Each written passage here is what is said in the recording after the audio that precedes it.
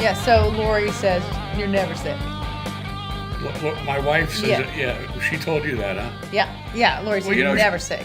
You know what? She got on me the other day because she had a stomach ache. And I'm going, man. I said, you're 15 years younger than me, woman. And I'm never sick. What's up?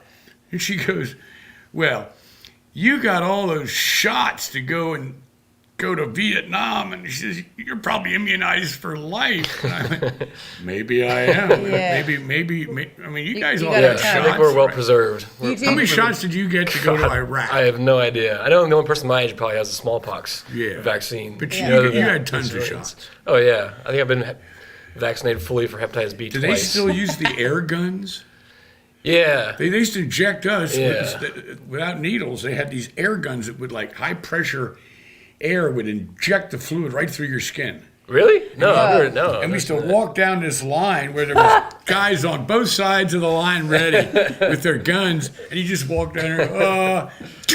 Good Lord. I remember the conveyor belt. Like a dozen in the butt, shot in the arm, things, shot in the other arm. Yeah. Well, and now, kids, all the parents that are not immunizing their children have an idea that anyone going into military service, they're going to make. Oh, Yeah. Damn sure that y'all have shots. everything. Yeah. Anthrax, everything. Yeah. Well, maybe then military veterans are the ultra immunized species. Only time will tell. We'll see. I don't know. Y'all are Captain America in real Because life. you guys didn't have anthrax vaccines back then, right? No. Yeah, we have a series of, I think it's like 15 or 16 shots for the anthrax vaccine now. God. I mean, I guess time will tell and see what it does to our Well, bodies. of course, that's one of the problems they were having with Gulf War illnesses. They were giving them certain pills for, I don't know if it was anthrax or some kind of nerve agents.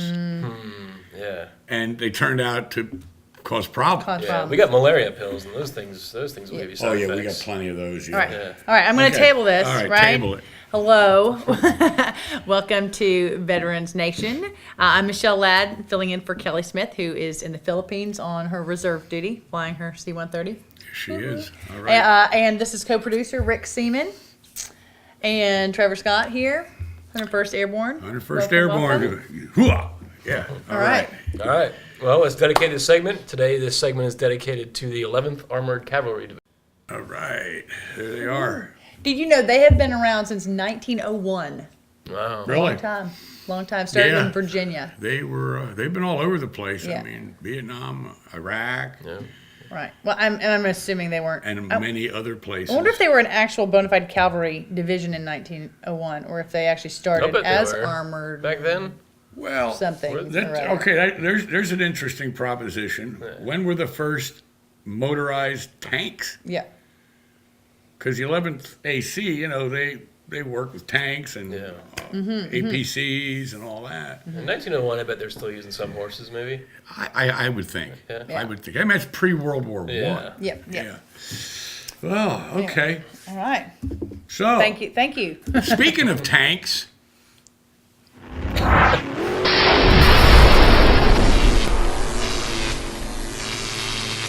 All right, well, here is the latest on the ongoing and, in all fairness, foot-dragging efforts of the VA and the DOD to implement some sort of electronic interagency exchange of medical records as opposed to the archaic current system that we are using. All right, here we go. The House Committee on Veterans Affairs sent a bipartisan letter to Department of Defense Secretary Chuck Hagel, urging him to follow through on a February 2013 plan to improve disability benefits claims processing for transitioning service members and veterans. The mutually agreed upon plan that the DoD and Department of Veterans Affairs struck calls for the DoD to begin the transfer of complete and certified service treatment records to VA immediately, with electronic transfer capabilities to be in place by December 31st of 2013. All right. We know that the Senate has recently made this same sort of call of duty, but I mean, what is it? Another When is it foot actually dragging gonna happen? effort for more lip service. more lip Right. service. What, to buy another 6-7 months in Right. December? We've been waiting long enough. By December 31st of 2013, it's predicted that the backlog will reach over 1 million. Dear God. Yeah. Which is just ridiculous. I mean, these people are hurting. They need medical treatment. You know what we should do? let's get on the phone and let's reach out to IAVA. I think Derek Bennett at IAVA would be a good guy to talk to if we can get him on the line. Let's Love give it a shot. Rydell, patch us in, will you? Hello, Derek Bennett, IAVA. Are you there? I'm here, Rick. Thanks for having me. Hey, great. How you doing? I'm doing fantastic. Yourself? Good, good. How's that New York weather? Are you in D.C.? I'm in New York today, and as probably any other day in New York, it's pretty variable. The sun was out, and it was raining a few hours ago. Wow. Okay. Well, our sun's shining here like it's supposed to for once, you know. And I'm incredibly jealous of that, believe me. Yeah. So I'm here with. Hi, Derek. I'm Michelle Ladd. How are you? Hi, Michelle. I'm well. How are you? Good, thanks. And I'm Trevor Scott. Hi, Trevor. How are you? Good, how you doing? Great, thank you. Great. So, Derek, on the subject of backlog, we know what's going on there. We've been hearing about that for a long time. When you take that situation and put it up against another issue that we've been hearing about for a very long time, the transfer of records between DOD and VA becoming electronic instead of paper. Yeah. Tell us what IAB is doing on these issues, where you guys have fit into the hearings in Congress, and hopefully give us some good news. Yeah, I've got some good news to give you. Unfortunately, not enough. But let's start just a little bit with the problem, which is, as you rightly pointed out, these electronic records are a great idea. But unfortunately, today, as we sit in 2013, a year that when I was born, I thought we were going to be flying around in rocket ships, we have 95% of all veterans' records are still on paper. And that's been complicated. That complicates the claims process, obviously. It's amazing to me that they're still on paper. You may have seen, your listeners may have seen some of the pictures of VA facilities, particularly in North Carolina, that are about to be condemned because of structural damage from the weight of the paper of those claims. I mean, it's unbelievable how antiquated this system is. On top of that, the DOD and the VA have been trying for the last several years and have spent hundreds of millions of dollars on a compatible electronic health record system that, as of 2012 and now to 2013, they haven't been able to solve. They can't get their two systems to talk to one another. So the problem for a soldier, sailor, airman, or Marine who leaves the DOD is that their record doesn't automatically transfer digitally to the VA. So they have to carry around a sheaf of papers with them, sometimes folders and folders full, in order to get the medical attention benefits that they need. All right.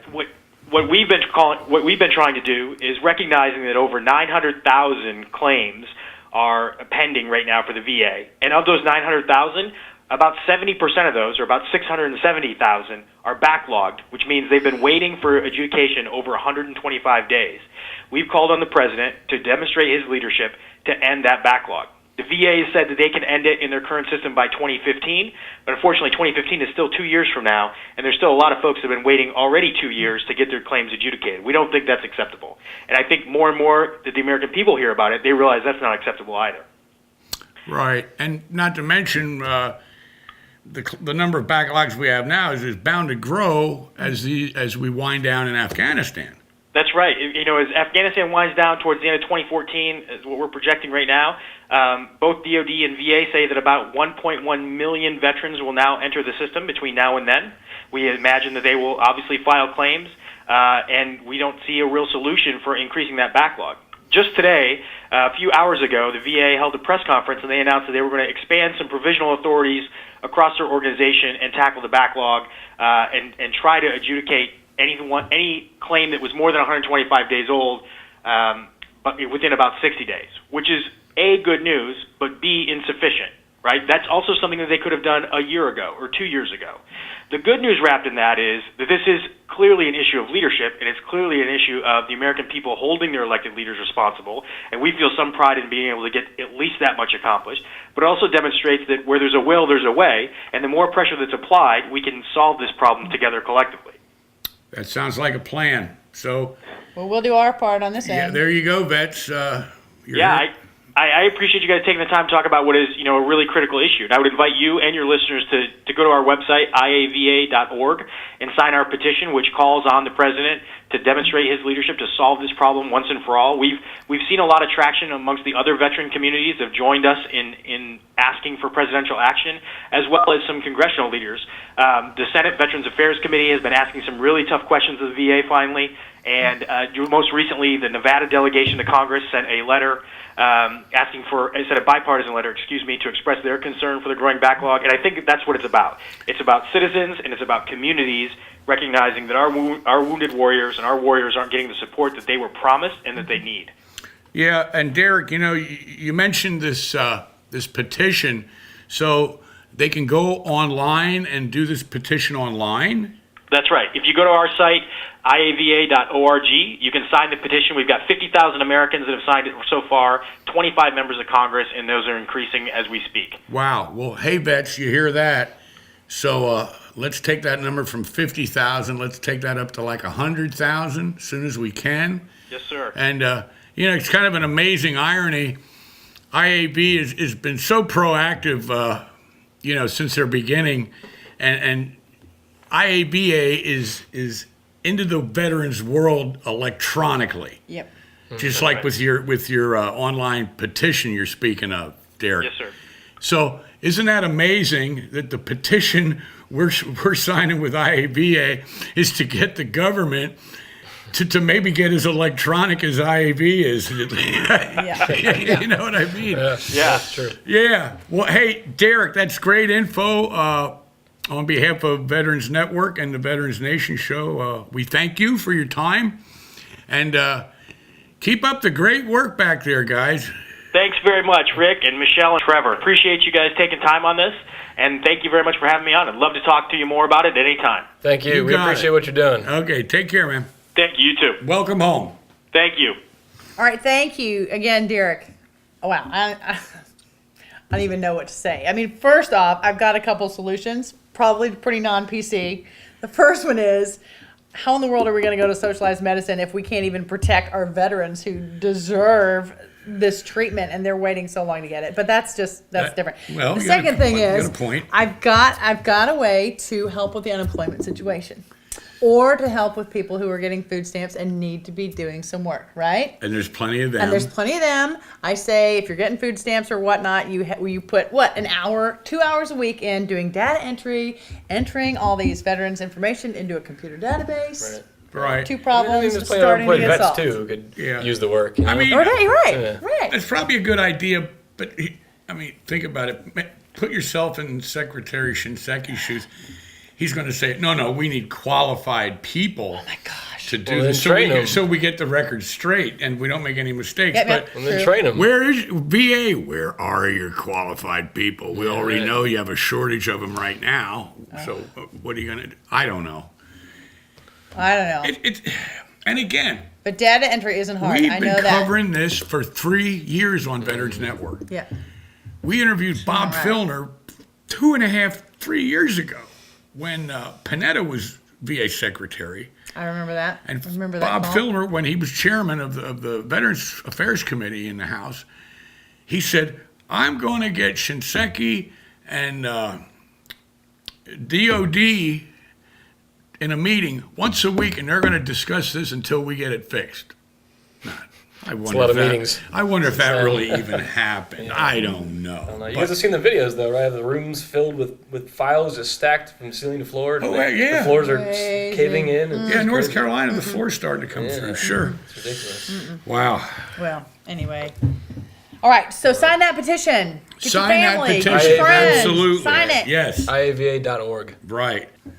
All right. Well, it's time for one of our brief and informative breaks. We'll be right back. Coming home can be hard if you're a veteran of Iraq or Afghanistan. You may feel like you're all alone, but you're not alone. At IAVA.org, your fellow vets are all around you.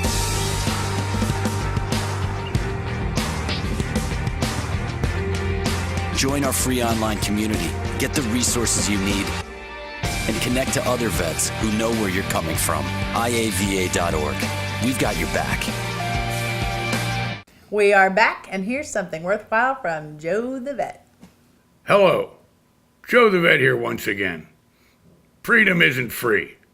We've all heard that statement before, and we know it can have several meanings.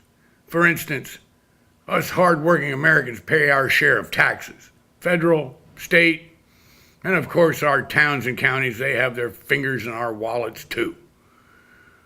We don't whine about it that much. No, we don't have time to whine because we're too damn busy working our butts off to house and feed our families. Now I'll come back to that part in a moment. In the meantime, I'd like to say hello to all of you deadbeats out there, all of you deadbeats that take advantage of our tax dollars. Now, there's some of you who really need it. You need help. You're in need. And when you're in need, those tax dollars are there for you. That's a good thing. I'm not talking about you. No. I'm talking about you chickenhead peckernecks who abuse and take advantage of these gifts.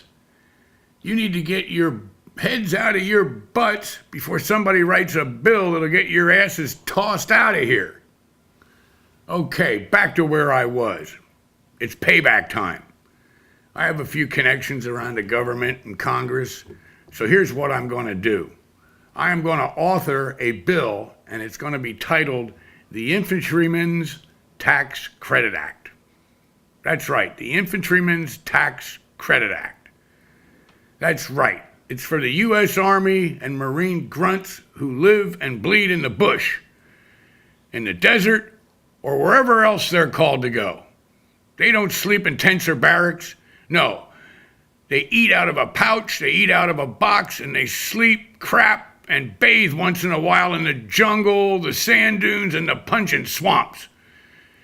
And when they're not enjoying these comforts, they're busy cleaning their weapons so they're ready for when the enemy arrives and there's a big battle that might last for days or weeks on end.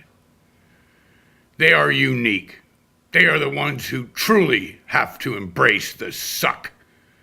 They are the backbone of all warfighters, and it's time America said thank you. I'll be talking about crunching the numbers on this very soon, so stay tuned. This is just the first notice. Joe the Vet, out. Thank you for that, Joe. That Joe the Vet, man, he's on it, huh? Yeah, great ideas. Got some good ideas. Great ideas. Okay, Well, thanks for tuning in. Thank you, See next folks. time. Welcome home. Welcome home.